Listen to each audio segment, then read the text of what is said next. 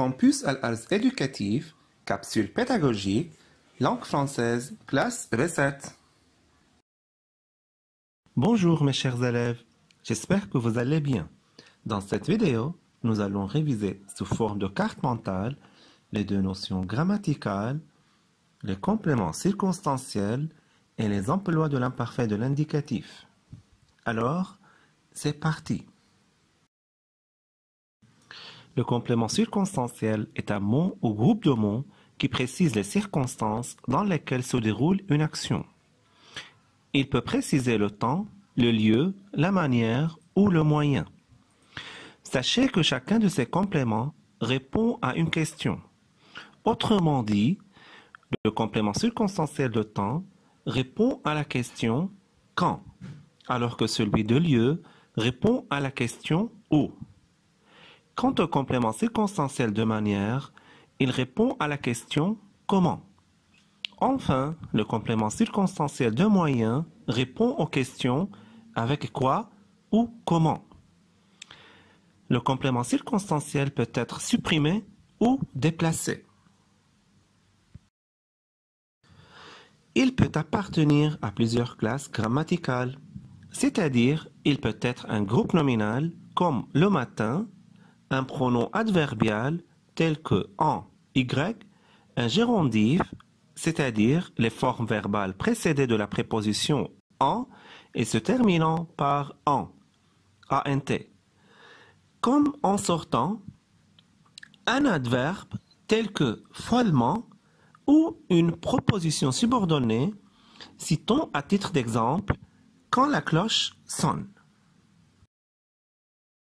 Maintenant, indiquez si les compléments circonstanciels en gras sont des compléments de temps, de lieu, de manière ou de moyen. Première phrase. L'instituteur montrait les mots qu'il écrivait avec sa baguette de bambou. Le groupe de mots en gras répond à la question « Avec quoi l'instituteur montrait-il les mots qu'il écrivait ?» Alors, ce groupe est un complément circonstanciel de moyen. Deuxième phrase. Le père était surpris lorsque son fils de 5 ans lisait les phrases. Le groupe de mots en gras répond à la question « Quand le père était-il surpris ?» Alors, ce groupe est un complément circonstanciel de temps. Troisième phrase. Sa mère le déposait au premier rang. Le groupe de mots en gras répond à la question « Où sa mère le déposait-elle » Donc, ce groupe est un complément circonstanciel de lieu. Dernière phrase. Il a lu facilement toutes les phrases. Le mot en gras répond à la question « Comment a-t-il lu toutes les phrases ?» Donc, ce mot est un complément circonstanciel de manière. Révisons à présent les emplois de l'imparfait de l'indicatif. L'imparfait est un temps du passé qui sert à exprimer tout d'abord une description, c'est-à-dire brosser le portrait physique de quelqu'un ou décrire les éléments d'un cadre, par exemple. De plus, ce temps verbal sert à exprimer une action durable inachevée dans le passé.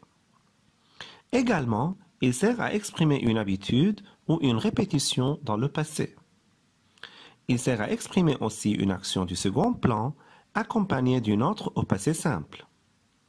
Enfin, l'imparfait de l'indicatif sert à exprimer des actions simultanées ayant chacune un sujet distinct.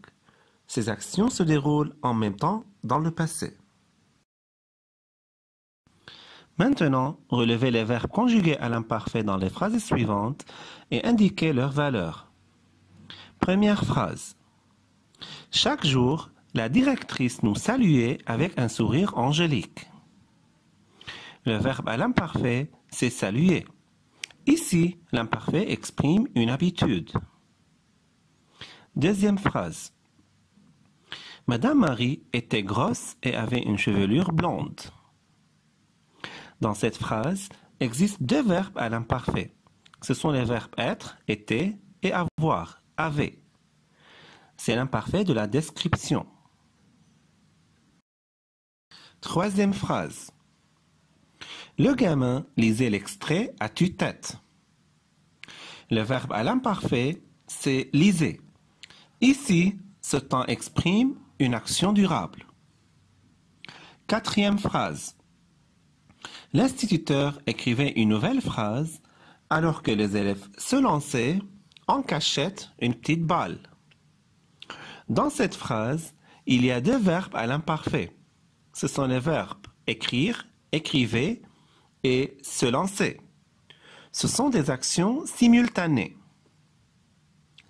Dernière phrase. L'enseignant s'arrêta avant d'interroger les élèves qui levaient le doigt. Le verbe à l'imparfait, c'est lever. Dans cette phrase, l'imparfait sert à exprimer une action du second plan.